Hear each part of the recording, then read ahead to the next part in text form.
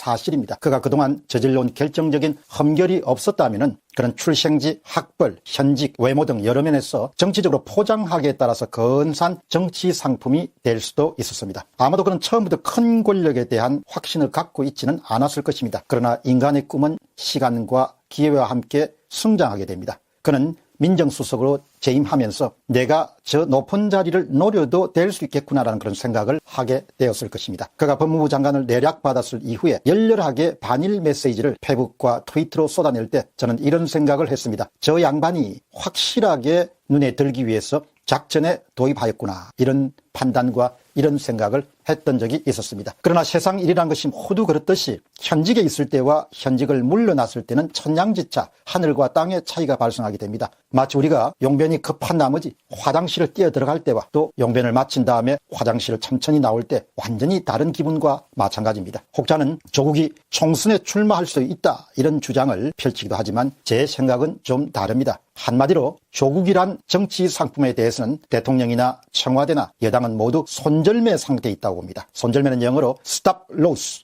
loss cut입니다. 손해를 잘라버리는 매매가 바로 손절매입니다. 손절매는 주가가 더욱 하락할 것으로 예상되었을 때 주식을 매입 가격 이하로라도 손해를 감수하면서도 팔아버린 것을 바로 손절매다, 그렇게 부릅니다. 집권 세력은 가능한 조국 사태로 인한 불이 더 이상 번지지 않도록 높은 방화벽을 설치하기를 원합니다. 이따금 공지영이나 유시민처럼 의리나 이익 때문에 조국 사수 주장을 여전히 펼치는 사람들도 있지만 이들은 대세를 읽지 못하지 않았는가라는 그런 생각을 해볼 때가 있습니다. 두 번째 질문입니다. 부부로 산다는 것입니다. 조국 부부를 두고 이런저런 이야기를 하는 사람도 있지만 부부 사이 관계는 상당히 돈독하고 절친한 그런 부부라고 생각합니다. 보통의 부부라도 살아가면서 서로 닮습니다. 남편이 아내를 닮고 아내가 남편을 닮아가게 됩니다. 닮는 대상에는 참으로 많은 것이 포함됩니다. 외모, 언어, 행동, 생각, 세계관 등 여러 가지가 담게 되는데 이 가운데서도 법을 대하는 태도나 불법을 대하는 태도나 윤리 등도 부부가 서로 담게 됩니다. 아내에게서 많은 불법을 발견할 수 있으면 이는 곧바로 남편의 삶의 방식을 이해하는 데 큰 도움이 됩니다. 남편이 불법을 방조하거나 권유하지 않는데도 불구하고 아내가 독자적으로 불법을 저지르거나 이런 부분들은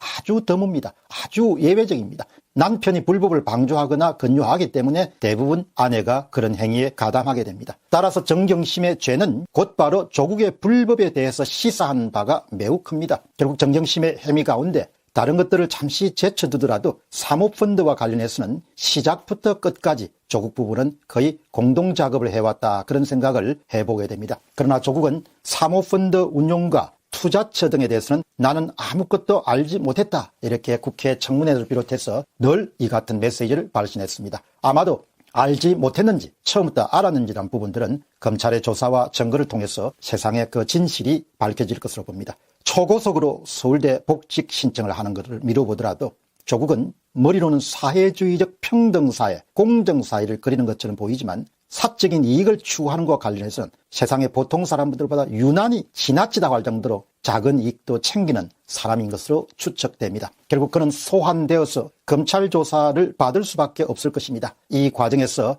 여당이 정치적 리스크를 안고 그를 구명하기 위한 노력을 기울일 가능성은 현재로서는 매우 낮습니다. 왜냐하면 한때 유망한 정치 상품은 이미 손절매 대상이 된 지가 시간이 흘러가고 있기 때문입니다. 세상 인심이 그렇듯이 그가 검찰 수사를 통해 불법이 밝혀지더라도 한때 살갑게 그를 대했던 정치적 세계의 사람들이 앞을 다투어서 그와 거리를 두려고 노력할 가능성이 커질 것으로 저는 예상합니다. 시간이 가면서 그와 좋은 관계를 맺었던 사람들이 의리 때문에 그를 보호할지 아니면 자신의 정치적 이익 때문에 그를 멀리하게 될지를 두고 봐야 될 것입니다. 공병호TV의 공병호였습니다. 감사합니다.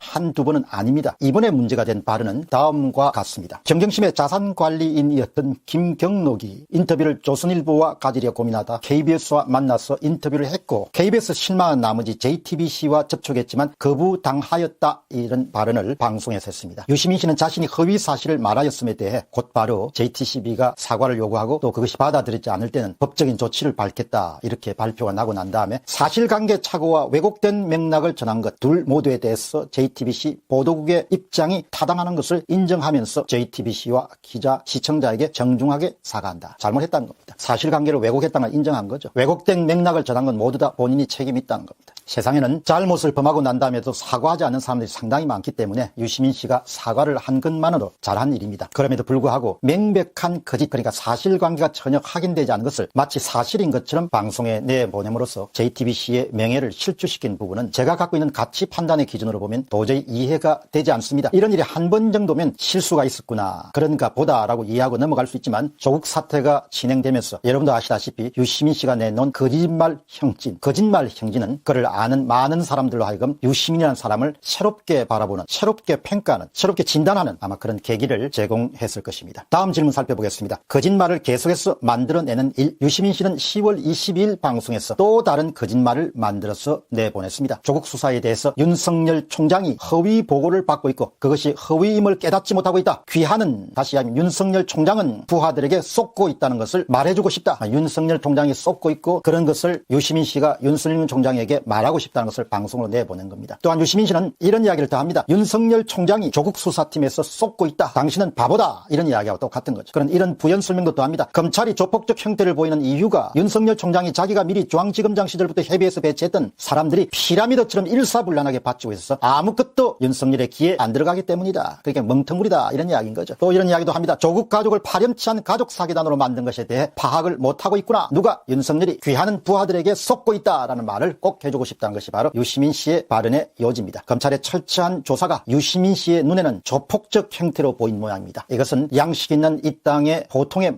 많은 혹은 대다수의 시민들이 갖고 있는 생각과 유시민의 생각은 너무너무 차이가 납니다. 하늘과 땅만큼 차이가 나는 겁니다. 다시 이야기하면 유시민 씨는 철두철미한 검찰의 조국 가족 수사를 조폭이나 하는 짓이다, 이렇게 받아들이고 있는 겁니다. 그게 엄청난 격차가 있는 겁니다. 유시민 씨에게 조국 가족을 파렴치한 가족 사기단으로 만든 주범은 검찰이다, 이런 믿음이 있는 겁니다. 가족 사기단이라는 표현을 사용하자면 이런 조국과 정경심 두 사람이, 조국 부부가 일생을 통해서 만든 행위 때문에 그 행위를 다 하나의 용어로 담아낸 것이 조국 가족 사기단이다, 이런 표현이 되는 거죠. 절대로 그 조국 가족 사기단을 인위적으로 만든 것이 검찰이 아니란 사실입니다. 그러니까 이렇게 유시민 씨의 가장 큰 특징은 사실을 왜곡한다는 겁니다. 굉장히 질이 안 좋은 거죠. 사실을 왜곡하는 것, 말을 만들어내는 거죠. 검찰총장이 쏟고 있다, 당신은 쏟고 있는 거요, 이렇게 유시민 씨가 윤석열 총장에게 이야기하는 것이 사실이려면 두 가지를 추측해 볼 수 있습니다. 쏟는 사람은 대부분 현장을 잘 모르는 사람입니다. 수십 년 동안 수사 현장의 바닥부터 시작해서 최정상인 검찰총장까지 올라간 사람이 현장을 바삭하게 아는데 어떻게 쏟을 수 있냐.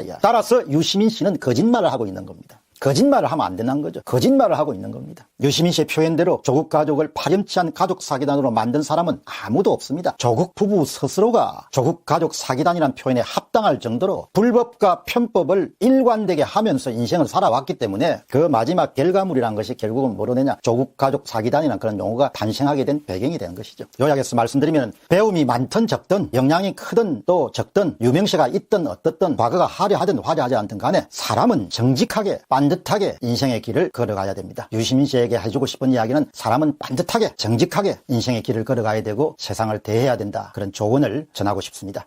공병호TV의 공병호였습니다. 감사합니다.